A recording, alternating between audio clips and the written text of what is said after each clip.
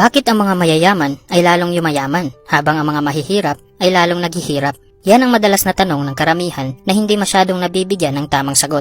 Akala ng iba na ang pagiging mayaman ay nagmumula sa swerte. Yung iba naman ay naniniwala na ang mga mayayaman ay sakim at pera lang ang iniisip nila. Pero ang hindi alam ng karamihan, ang pagiging mayaman ay nagmumula sa kung ano ang mindset at skills ng isang tao. Hindi sila mayaman dahil meron silang sasakyan at malalaking bahay. Mayaman sila dahil meron silang tools na ginagamit kung paano makuha ang mga bagay na yon. Sa video natin ngayon, pag-uusapan natin ang 3 tools na ginagamit ng mga mayayaman na nagbibigay tagumpay sa kanila. At ang mga tools na yon ay ang leverage, oras, at mindset.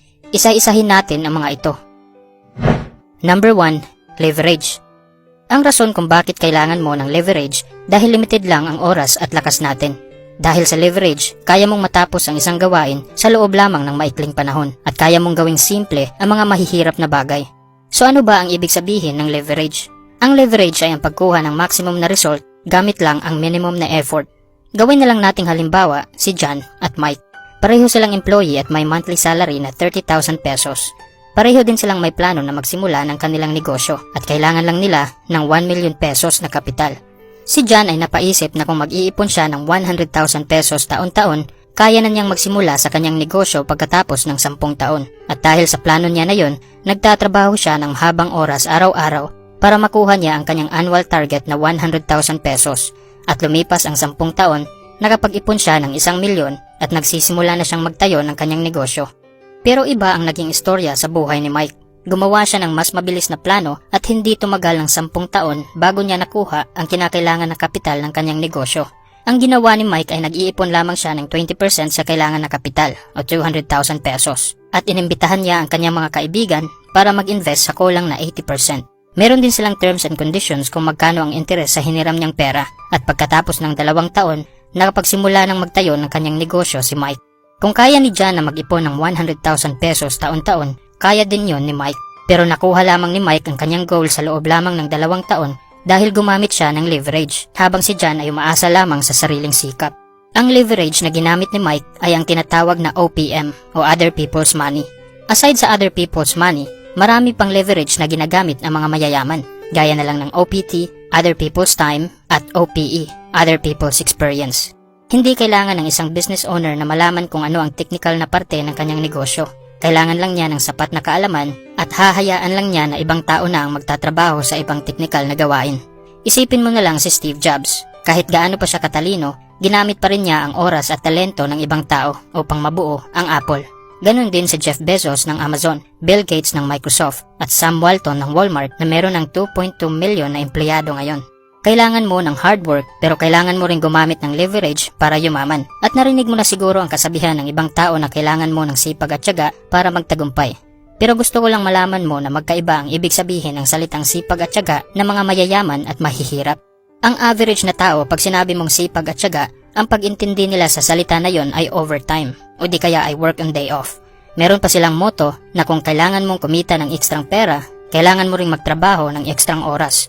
Naniniwala sila na ang pera ay nanggagaling sa oras ng kanilang pagtatrabaho, habang ang mga mayayaman naman, ang pag-intindi nila sa salitang sipag at tiyaga ay ang pag-hire ng ibang tao para dumoble ang sales ng kumpanya o di kaya ay ang pag-imbita ng ibang investor na mag-invest sa kanilang negosyo. Naniniwala ang mga mayayaman na ang pera ay nanggagaling sa value na nabibigay niya sa ibang tao at hindi sa oras ng kanyang pagtatrabaho. Number 2. Oras. Isipin mo na ang mayaman at mahirap ay parehong walang advantage pagdating sa oras dahil pareho lang tayong may 24 oras araw-araw.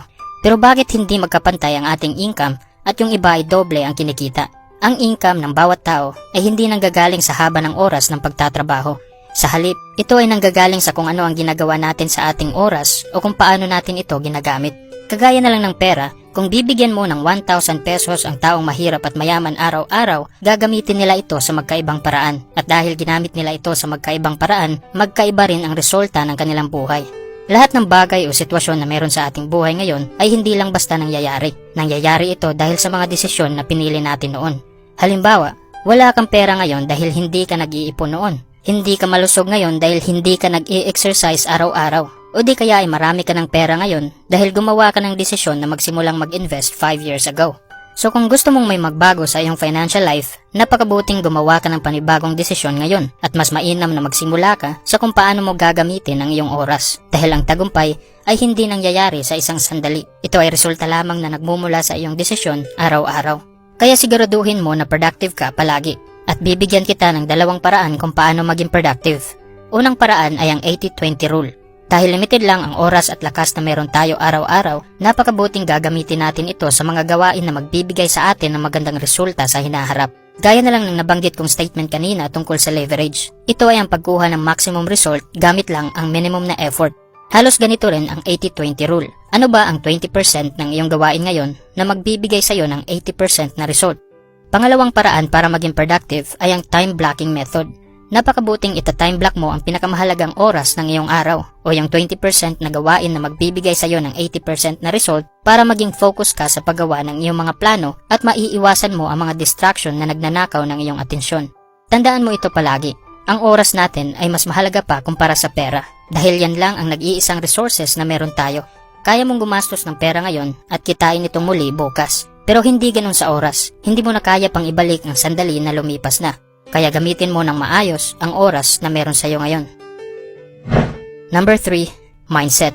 Paano mo ba malalaman kung mahirap at mayaman ang isang tao? Dahil ba sa kanilang sasakyan? What if hindi sa kanila yon? Dahil ba malaki ang kanilang bahay? Paano kung utang lang yon at 30 years pa nila itong babayaran? Hindi mo malalaman kung mahirap o mayaman ang isang tao base sa kung ano ang iyong nakikita. Malalaman mo lang ito sa kung ano ang iyong naririnig. Ano ba ang salita na maririnig mo sa mga mahihirap at mayayaman? Madalas na maririnig mo sa mga mahihirap ang salita na job security, bonus, sweldo, at benefits. Ang mayayaman naman ay maririnig mo ang mga salitang financial freedom, asset, revenue, investment, profit, at cash flow. Ang salita na ginagamit natin ay merong malaking impact sa quality ng ating pag-iisip dahil ang salita ay ang lengguwahe ng ating utak at ekspresyon ng ating emosyon. Nagbibigay din ito ng positibo o negatibong influence sa desisyon na gagawin natin. Walang pinagkaiba ang utak ng isang mahirap at mayaman na tao, pero ang salita na meron sa mga utak natin ay hindi magkapareho. Hindi mahirap ang isang mahirap na tao dahil wala siyang pera. Mahirap siya dahil gumagamit siya ng mga salita na hindi nagpapayaman sa kanya. Kung naniniwala ka sa ideya ng job security, susunod din ang desisyon mo na magtatrabaho ka lang. Pero kung iibahin mo ang salitang job security sa salitang financial freedom, susunod din ang iyong desisyon na maghanap ng paraan kung paano ka magiging financially free at hindi aasa sa sweldo ng kumpanya. Ang proseso ng pagyaman ay nagmumula sa iyong mindset at sa mga salita na iyong ginagamit. Ang maganda pa rito ay walang down payment kung babaguhin mo ang iyong mindset. Kailangan mo lang ng dedikasyon at willingness na magbago. Sana ay may natutunan ka sa video natin ngayong araw. Maraming salamat sa panunood at sana ay magtagumpay ka.